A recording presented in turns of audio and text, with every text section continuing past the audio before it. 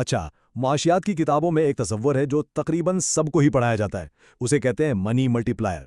लेकिन कभी सोचा है कि अगर यह मशहूर नजरिया जिस पर हमारा पूरा मालियाती निजाम खड़ा नजर आता है, हकीकत में सिर्फ एक कहानी हो? तो आइए आज हम इसी राज से पर्दा उठाते हैं।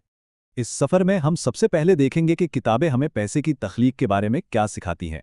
फिर हम इस नज़रिए को चैलेंज करेंगे और देखेंगे कि पैसा असल में बनता कैसे है।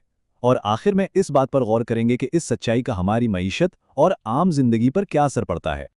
तो चलें शुरुआत करते हैं इस कहानी से जो मुआशियात की तकरीबन हर दरसी किताब में मिलती है कि बैंक किस तरह पैसे को कई गुना बढ़ा देते हैं या मल्टीप्लाई करते हैं।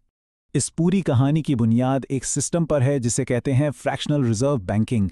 बहुत सादा अल्फाज में इसका मतलब ये है कि जब हम बैंक में पैसा जमा करवाते हैं तो बैंक इस सारी रकम को तिजोरी में बंद नहीं करता। वो इसका सिर्फ एक छोटा सा हिस्सा, एक फ्रैक्शन, अपने पास रखता है और बाकी रकम किसी और को कर्ज पर दे देता है।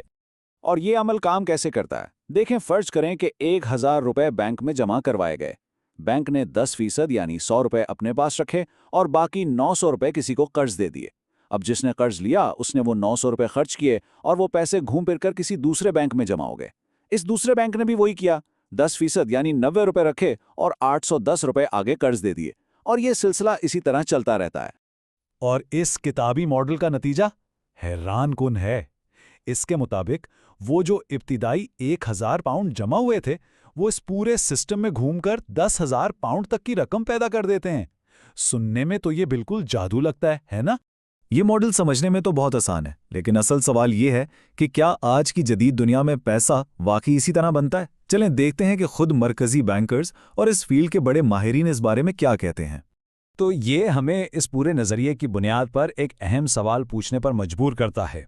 क्या ये जो मनी मल्टीप्लायर का तस्वुर है ये वाकई पैसे बनाने के अमल की सही तस्वीर पेश करता भी है या नहीं? और जवाब हैरत अंगेज तौर पर खुद दुनिया के सबसे पुराने मरकजी बैंकों में से एक यानी बैंक ऑफ इंग्लैंड देता है। उन्होंने 2014 की अपनी एक रिपोर्ट में साफ साफ लिखा कि ये किताबी नज़रिया सिर्फ पढ़ाने के लिए ठीक है, लेकिन हकीकत में पैसा ऐसे नहीं बनता। और ये कोई नई बात नहीं है। प्रोफेसर चार्ल्स गुडहार्ट जैसे बड़े माहिरीन तो 1984 से ये बात कह रहे हैं कि ये मॉडल इतना अधूरा और गलत है कि इसे पढ़ाना एक तरह से गलत मालूमात देने के बराबर है। तो अगर किताबों में लिखी बात ठीक नहीं तो फिर सच क्या है? हमारी आज की मईशत में पैसा असल में आता कहाँ से है? हकीकत दरअसल किताबी नज़रिए के बिल्कुल उलट है। किताबें कहती हैं कि पहले डिपॉजिट आते हैं, फिर बैंक कर्ज देते हैं, लेकिन असल में पहले कर्ज दिया जाता है और इसी से डिपॉजिट बनता है। जब भी कोई कमर्शियल बैंक किसी को कर्ज देता है तो वो किसी की जमा की हुई रकम इस्तेमाल नहीं करता, बल्कि वो उसी लम्हे कंप्यूटर की कीज दबाकर हवा में से बिल्कुल नया पैसा तख्लीक करता है और उसे कर्ज लेने वाले के अकाउंट में डाल देता है। इसका सीधा सीधा मतलब यह है कि हमारी मईशत में पैसा बनाने वाले असल किरदार मरकजी बैंक नहीं बल्कि निजी कमर्शियल बैंक्स हैं। और वो ये फैसला इस बुनियाद पर नहीं करते कि उनके पास कितने पैसे जमा हैं, बल्कि इस बुनियाद पर करते हैं कि कर्ज देना उनके लिए कितना मुनाफा बख्श है। अच्छा, तो अगर ये सच है कि निजी बैंक कर्ज देकर पैसा बनाते हैं तो इससे एक बहुत ही अहम और गहरा सवाल पैदा होता है।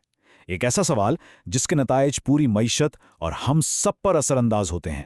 सवाल ये है कि ये जो नया पैसा बनाया जा रहा है ये आखिर जा कहाँ रहा है? क्या इस पैसे से नए कारोबार शुरू हो रहे हैं, नई फैक्ट्रियां लग रही हैं? क्या इससे लोगों के लिए रोजगार के मौके पैदा हो रहे हैं? तो ये पैसा जाता कहाँ है? आदादो शुमार एक बहुत ही चौंका देने वाली हकीकत दिखाते हैं। लॉर्ड अडियर टर्नर जैसे माहिरीन का तज्जिया बताता है कि तकरीबन 85% बैंक कर्ज रियल एस्टेट और दूसरे मालियाती असासों जैसे स्टॉक्स वगैरह की खरीदो फरोख्त में जाता है और पैदावारी माइशत यानी नए कारोबारों और सनतों तक सिर्फ 15% ही पहुंच पाता है। और ये कोई अचानक होने वाली तब्दीली नहीं है, ये पिछली कई दहाइयों का ट्रेंड है।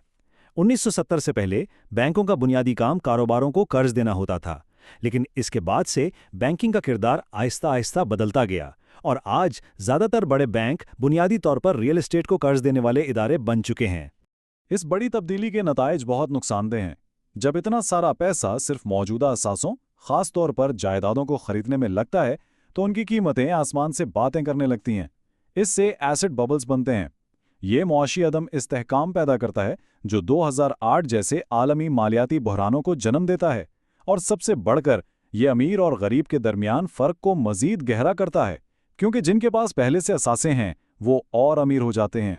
रघुराम राजन का ये कौल इस तल्ख हकीकत की बेहतरीन अक्कासी करता है जब आम आदमी की तनख्वाहें नहीं बढ़ती और माशी अदम मुसावात में इजाफा होता है तो असल मसाइल को हल करने के बजाय सिस्टम उन्हें आसान कर्ज की पेशकश करता है।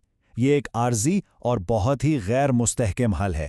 ये सारी बहस हमें अपनी मईशत की साख्त और बुनियाद के बारे में एक बहुत ही बड़े और अहम सवाल की तरफ ले जाती है कि आखिर पैसे और ताकत का असल रिश्ता है क्या।